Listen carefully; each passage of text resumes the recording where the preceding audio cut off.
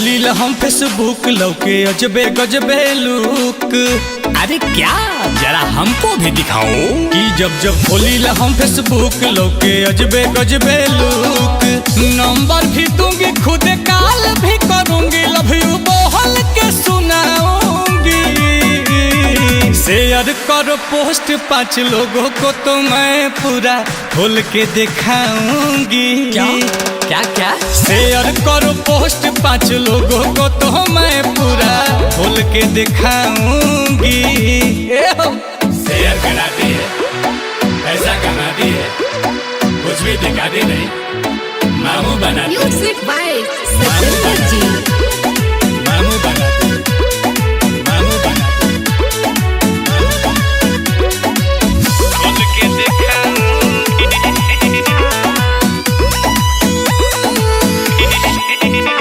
कुंवारी हूँ मैं, बारी हूँ, अकेले घर में रहती हूँ। तड़प रही है और मेरी जवानी, तन्हाई मैं सहती हूँ। बारी हूँ कुंवारी हूँ, अकेले घर में रहती हूँ। तड़प रही है मेरी जवानी, तन्हाई मैं सहती हूँ। खोज रही हूँ मैं भी फ्रेंड जो बन जाए हासा बैंड। खर्चा भी दूंगी खुश कर के भेजूंगी जब घर पे बुलाऊंगी। शेयर कर पोस्ट 5 लोगों को तो मैं पूरा खोल के दिखाऊंगी।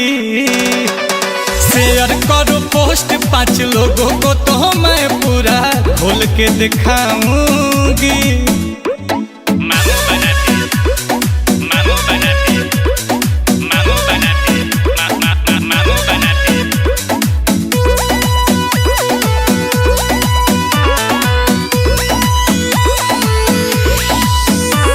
दिल डोल रहा है, रस घोल रहा है, तुम टेंशन जो करते हो ये शेयर करो, मेरा केयर करो। क्यों ठंडी आहें भरते हो, दिल बोल रहा है, रस घोल रहा है, तुम टेंशन क्यों करते हो ये शेयर करो, मेरा केयर करो। क्यों ठंडी आहें भरते हो। माथा राजू के बायाउट होता नील कमल के डाउट। लिखल बाटे बात काबू रखो जज्बात, पूरा राहत बतियाऊंगी।